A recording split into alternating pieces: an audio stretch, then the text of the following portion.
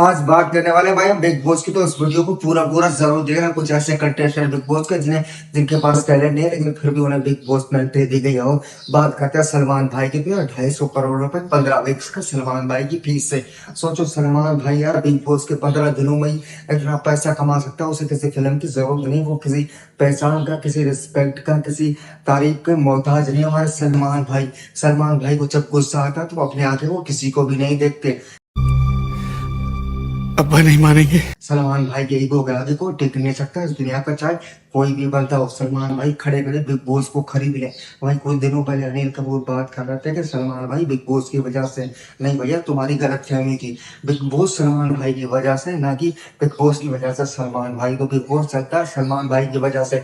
सलमान भाई ने सिर्फ 1 करोड़ किया पहले ही दिन उनके एपिसोड में 1 करोड़ वॉचिंग चली सलमान भाई की वजह से। तो सलमान भाई की जगह नहीं ले सकता कोई भी, क्योंकि सलमान भाई ऐसा लेजेंड है बिग बॉस में। उनकी जगह कोई भी नहीं ले सकता, बॉलीवुड में भी उनकी जगह कोई नहीं ले सकता। उसे कहता है सलमान भाई। तो चलो चलते हैं हमारी वीडियो की ओर अगली तरफ। कहता हूँ बम्बई चालू तो बम्बई चालू होती है, और कला को मैं कला कुर्ती बना दिया हूँ। और मैंने जो कहते हैं ना वह उर्द पुडारी को घर में बिठा दिया हूँ। फर्स्ट जनरेशन के मिथुन दादा, जो खुद को मिथुन समझते हैं, जो कलाकार को कलाकारी को ये कलाकांड समझते हैं, कलाकंद को ये कलाकारी समझ लेते हैं, और कलाकार को कलाकंद समझ लेते हैं। सलमान भाई को ये अपने आगे जीरो समझते हैं। इनको ऐसा लगता है कि ये मुंबई में राज करते हैं। इनके कहने से मुंबई चालू होती है, इनके कहने से मुंबई बंद होती है। ये जब भी कहते हैं तब मुंबई में इनका राज चलता है। चूतिया बनाया तुमको। मुंबई में सीएम का राज नहीं चलता, न किसी सरकार की तूती बोलती है, बल्कि तूती बोलती है हमारे इस नए जमाने की मिथुन दादा की। जो मिथुन दादा की सिर्फ एक नाजायज औलाद है, जो पता नहीं खुद को क्या ही समझता है, लेकिन ये कभी किसी मंत्री से कम भी नहीं खुद को समझता। और सलमान भाई के आगे मेमेक्री पे कुछ भी छाड़ रहा होता। मुझे तो यार ये समझ में नहीं आ रहा कि इसे किस बेसिस पे बिग बॉस में लिया गया है, जबकि इसके पास कोई टैलेंट नहीं है, कोई टैलेंट नाम की चीज नहीं है। लेकिन फिर भी ये बिग बॉस के अंदर अपनी कलाकारी दिखा रहा है, जो कलाकारी नहीं बल्कि कलाकंद दिखा रहा है। लेकिन कलाकारी भी गंद फैला रहा है। कंटेंट के नाम पर सिर्फ बिग बॉस के अंदर टट्टी की जा रही है, लेकिन बिग बॉस के अंदर तो कुछ भी जाएगा भाई। अब तो बिग बॉस के अंदर कुछ भी चल रहा है, और ये चलने दिया जा रहा है। और सलमान भाई की आंखों के सामने ये सब हो रहा है, लेकिन सलमान भाई कुछ नहीं कर रहे। अब सलमान भाई को ये बता रहा है कि मुंबई में ये राज करता है। अरे उस भाई को तो समझा रहा है जिसने पूरे बॉलीवुड पे राज किया, जो बॉलीवुड का बादशाह है, जिसने कई लोगों का अगर उसके ईगो पे बात आती है ना तो करियर को डिस्ट्रॉय कर देता। उस आदमी से तू बात कर रहा है, सबसे पहले तुझे कॉमन सेंस समझ, तू किसके आगे बोल है, फिर बात को समझ भाई। बंदे को जान, बंदे को समझ, उसके बाद बोलना कि तू मुंबई में राज करता है या नहीं करता है। ले लूँगा। तो उन्होंने बोला है कि भाई तुम्हें बुलाने की सोच रहे हैं वो, तो भाई अगर जाने का मौका मिलेगा तो बिल्कुल जाएंगे। हाँ, काफ़ी टाइम से सोच रहे हैं वो बुलाने की। अभी इससे पिछले सीजन में भी वो चाह रहे थे बुलाने की, लेकिन किसी वजह से नहीं बुलाया। तो 99% कन्फर्म है चांसेस। ये जी हमारे पुनीत सुपरस्टार, जो खुद को लॉर्ड समझता है, लेकिन लॉर्ड के नाम पर इसे लग रहा है। उसके आगे कुछ भी नहीं है, लेकिन इसे टैलेंट नहीं आता। लेकिन पर भी है टैलेंट की बात करता है। कहता है कि एक बड़े सेलिब्रिटी ने इसे बुलाया बिग बॉस में। अब ये बिग बॉस में जाने की तैयारी कर रहा है। पहले तो ये बिग बॉस के पहले सीजन से सलमान भाई ने से किक मार दी थी, लेकिन फिर भी ये बिग बॉस में आना चाहता हूँ। और बड़े सेलिब्रिटी की बात कर रहा है सलमान भाई की। सीधा सीधा नाम क्यों नहीं ले लेता कि तुझे सलमान भाई ने बुलाया? भाई नाम इसलिए नहीं लेता क्योंकि इसकी फटती है सलमान भाई से, और सलमान भाई के आगे इसकी चलती है, इसलिए सलमान भाई का नाम नहीं लेना चाहता कि इसे सलमान भाई ने बुलाया, क्योंकि झूठ पकड़ा जाएगा। जब सलमान भाई खुद इसे बिग बॉस में आएगा तब पहनेंगे ना, तब इसके सामने वही बात रह जाएगी कि तुम्हें किस सेलिब्रिटी ने बुलाया था। तब ये कह नहीं पाएगा कि मुझे किस सेलिब्रिटी ने बुलाया था।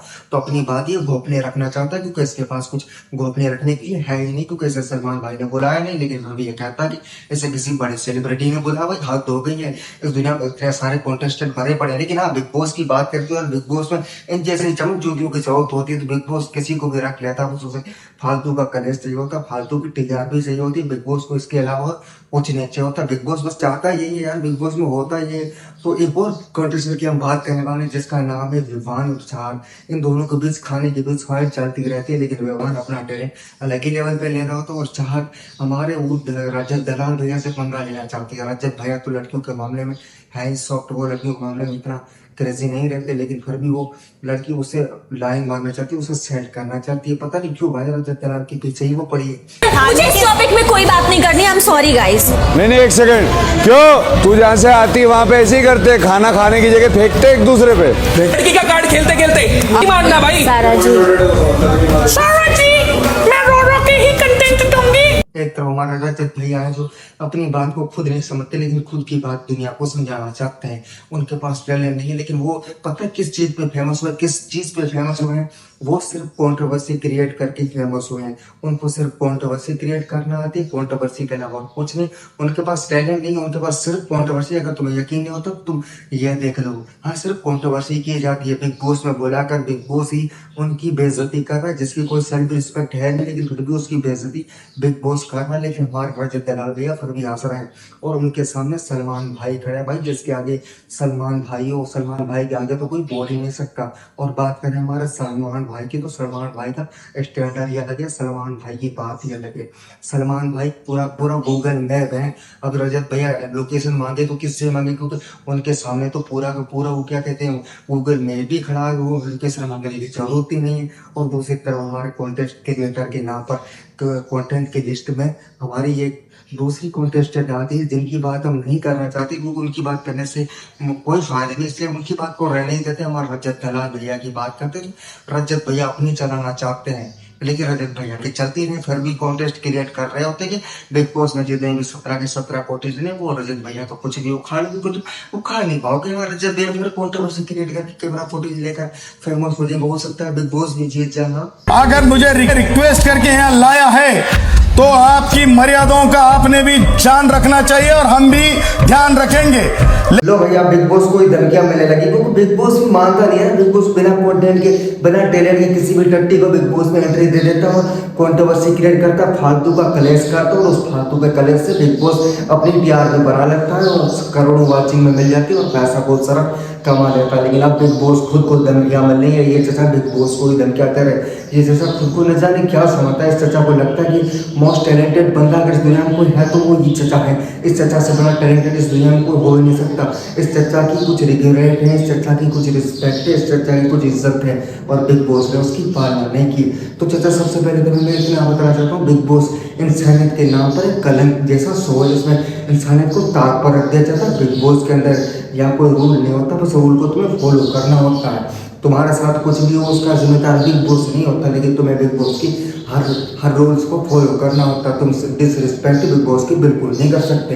तुम्हें वहाँ दब कर रहना पड़ता, तुम्हें झुक कर रहना पड़ता। लेकिन ये चर्चा तो बिग बॉस को ही धमकियाँ दे रहा है। सुना ये मुंबई का बहुत बड़ा डॉन है, दाऊद इब्राहिम भाई इससे डरता है, उसकी भी इससे फटती है क्योंकि ये बहुत बड़ा भाई है मुंबई का।